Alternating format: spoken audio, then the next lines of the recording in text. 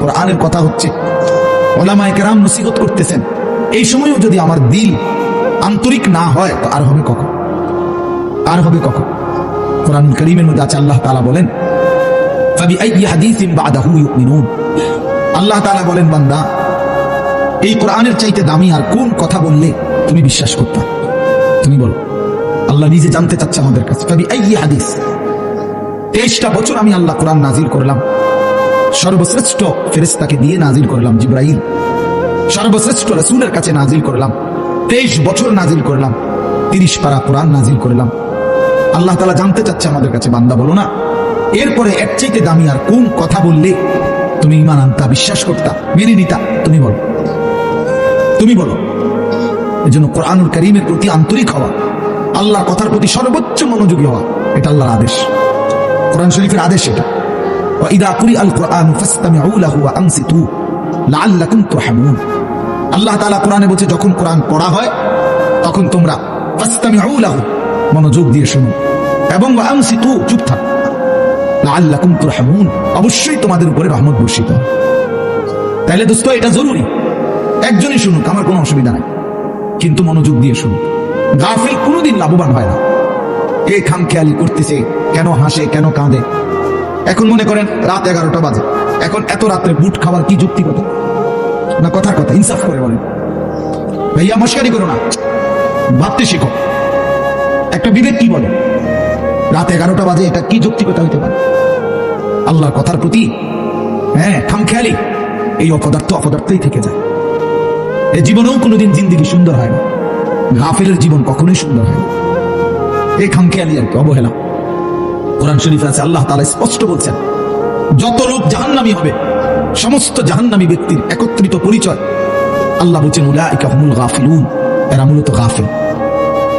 এজন্য ভাইয়া বুট বাদামও খাইও না। আমার কথা হলো, অল্প সময় দিল দিয়ে আন্তরিকতা নিয়ে নিজের ভালো, নিজের কল্যাণের জন্য আল্লাহর কথা শুনলে বরকত হবে। আল্লাহর কথা শুনলে বরকত হবে।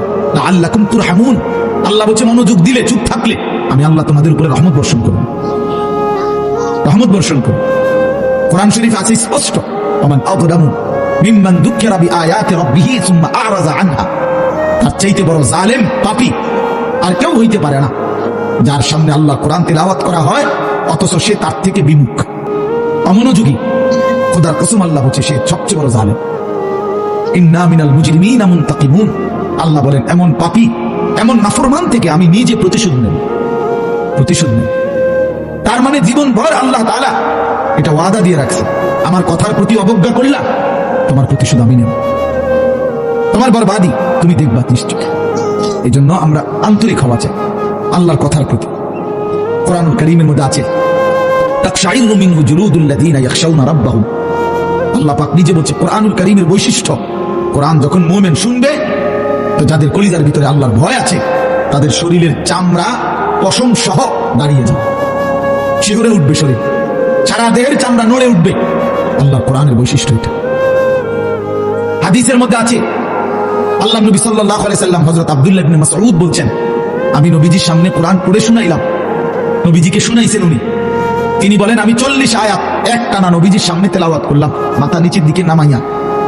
40 আয়াত পড়ার পর নবীজি আমাকে বললেন, হাসবুকাল আন, এখন থামো। এই লাল শার্ট, এই যে খুঁটির মধ্যে হেলান দিয়ে আছো তুমি, তুমি সরো এখান থেকে, ফালতু কোথাকার বেটা, ফাইজলামি করো কেন এখানে?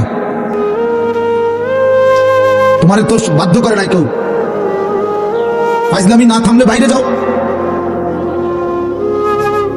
মস্কারি করে অনেকে আছে এমন গাদ্দার যে হুজুর আমি কোনোদিন কারো কথা শুনি না, আপনি বললে হবে কি? কথা বুঝেন নাই?